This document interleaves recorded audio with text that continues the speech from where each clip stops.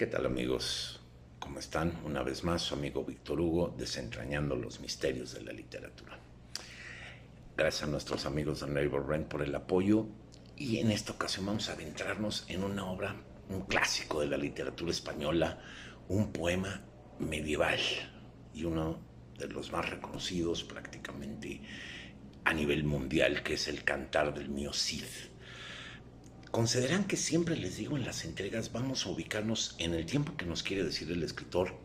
y donde nos quiere ubicar y vamos a adentrarnos tantito en la psique del escritor. Bueno, lo primero será posible porque pues estamos hablando de España medieval, una España entre 1140, 1150, en el siglo XII, pero es y además es una España muy complicada porque no existe como tal, son los reinos independientes de Navarra, Aragón, Castilla, León, etcétera, etcétera. Y bueno, pues la mitad de la península todavía invadida.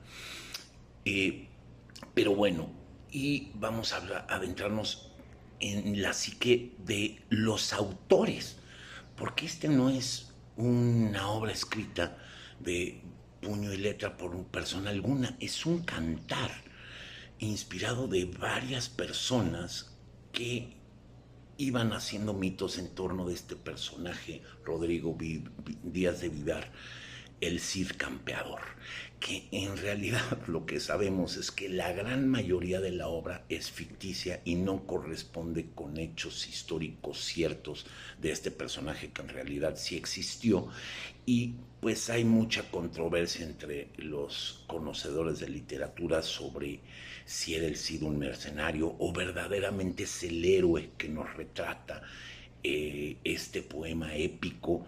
Pues sabemos que en el siglo XII no se leía, no había lectura individual, la lectura era comunal, una de las pocas personas que sabía leer cantaba o recitaba o leía los poemas, seguramente acompañado de alguna música que no tenemos la menor idea ni tenemos el menor rastro de cuál era la melodía que acompañaba este cantar del Mío Cid. Pero bueno, pues lo que sí sabemos es que al final alguien tuvo la iniciativa de todos estos cantares, conjugarlos en uno solo, en el Cantar del Mío Cid, y hacer una obra maravillosa si la ponemos a ver desde el punto de vista literario y sin tomar en cuenta lo disímbolo de lo que nos narra la obra con la exactitud histórica, que además es una obra muy cargada de topónimos que a veces nos puede llegar a confundir, son tantos los nombres de las ciudades, son tantos los personajes que y además que el uso del castellano antiguo, porque pues el castellano medieval dista mucho del castellano o español actual como le conocemos. La obra es complicadita, pero es muy hermosa. Y no se las, como siempre, no se las voy a platicar completa porque quiero que lo lean porque es una obra maravillosa. Es una obra que busca la reivindicación, pero ahí sí vamos a ubicarnos en dos aspectos fundamentales. Cómo se hacía dinero, el valor de la honra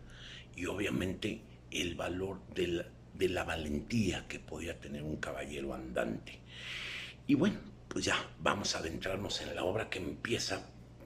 por supuesto, con las lágrimas del Cid, que es desterrado por el rey Alfonso VI de Castilla por un rumor, o como le conocemos coloquial y actualmente como un chisme, de que él había estado malversando fondos de la recaudación que él tenía que hacer a nombre del rey. Es desterrado, se le da el término de 6 días para abandonar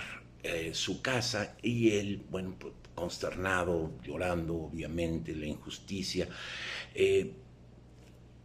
urde un plan primero para salvaguardar a su esposa Jimena y a sus 2 hijas para ir en busca de recobrar su honra a través de lo que él sabía hacer, que era la guerra. Bueno, pues entonces el Cid emprende con Álvar, su lugarteniente, un periplo militar completamente, pero no contaba con apoyo de la corte de Aragón, entonces tuvo que urdir un plan que incluía engañar a un par de personajes judíos que nos retrata la obra, y les deja unas arcas que supuestamente estaban llenas de oro, que en realidad estaban llenas de arena, y con eso financia su campaña. Y bueno, parte primeramente a Barcelona, luego a Extremadura, y bueno, empieza a tener ciertas victorias y empieza a adentrarse en la tierra que en ese tiempo de era todavía era de la España ocupada, y empieza a amenazar Valencia, que era un reducto que el rey de Marruecos no podía permitir perderse por parte de castellano alguno. Para eso urde un plan y le envía al gobernador de Barcelona para que lo enfrentase y evitar la toma de Valencia. Les llamará un poquito la atención cómo puede haber gobernadores cristianos y moros que se estaban asociando. Esto no era nada raro. De hecho, históricamente, Rodrigo Díaz de Vivar también a veces se puso, siendo cristiano, se puso a las órdenes de gobernadores, digamos, del otro equipo, si así le podemos decir coloquialmente, para pues simplemente obtener riquezas y tierras. Y bueno, ya, perdón por este pequeño espacio histórico que nada más nos ubica en que esto es algo relativamente común según la conveniencia del gobernador provinciano, que además en cada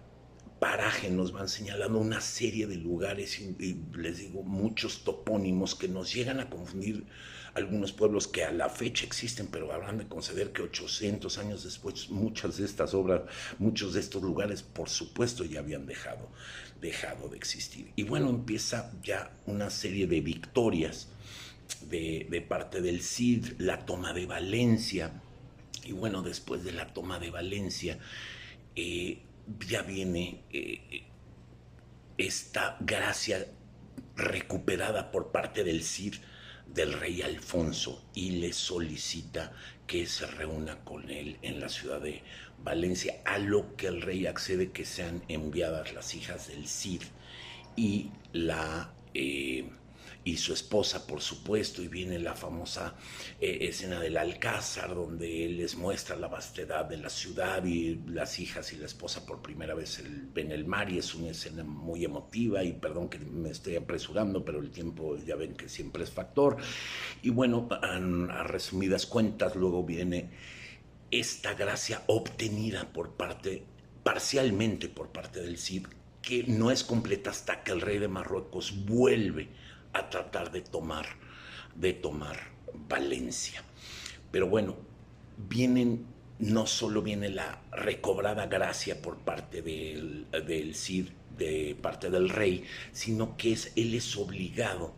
a que sus dos hijas se casen con dos personajes que no son retratados funestos en el Cantar, como son los infantes de Carrión, que no son pintados como personas extremadamente avariciosas, codiciosas, y que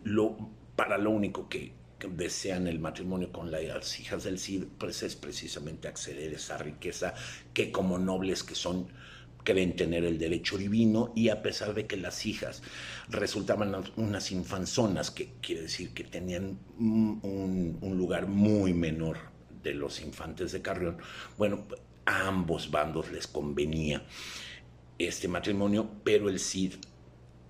decide, en una potencial afrenta, hacer al rey responsable en caso de que algo sucediera en las bodas.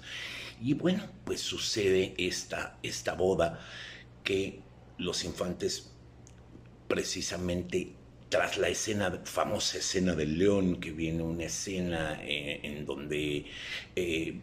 tras la boda se escapa un león y ellos tienen que esconderse y son evidenciados como cobardes, y el Cid con su sola presencia calma al león. Entonces, en ese momento es una afrenta enorme para los infantes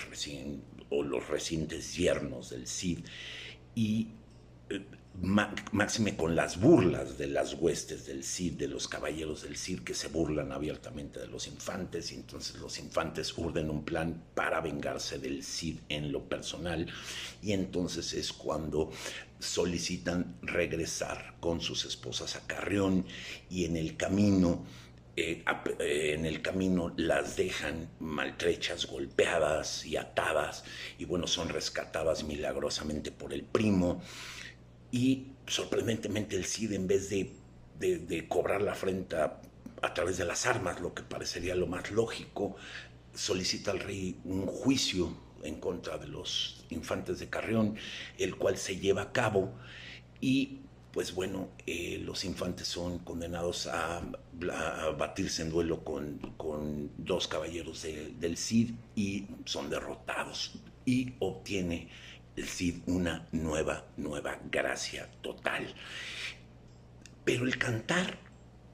y la historia no son exactamente iguales. Hay algunas leyendas que van del Cid campeador, que van dentro de otras obras, dentro de otros cantares, que inclusive hablan de que el Cid fue el único general que ganó una batalla estando muerto. La defensa de Valencia la expresa el cantar como prácticamente tan heroica como Leónidas en la batalla de las Termópilas. Era tanta la superioridad de las huestes del rey de Marruecos sobre las huestes del Cid, que parecería, bueno, pues que un elefante iba a aplastar una hormiga, y aún así el Cid se alza. Y el cantar es eso, ensalzar al mío Cid, y cómo recobra su honra, cómo recobra todo, pero con mesura. A veces es necesaria las armas, a veces es necesaria la cabeza, e ir por los caminos que deben de ser. Es una obra maravillosa, no se la pueden perder, se la recomiendo mucho. Perdón lo apresurado que tuvo que ser, porque ya me excedí en el tiempo, pero les mando un abrazo. Buenas tardes.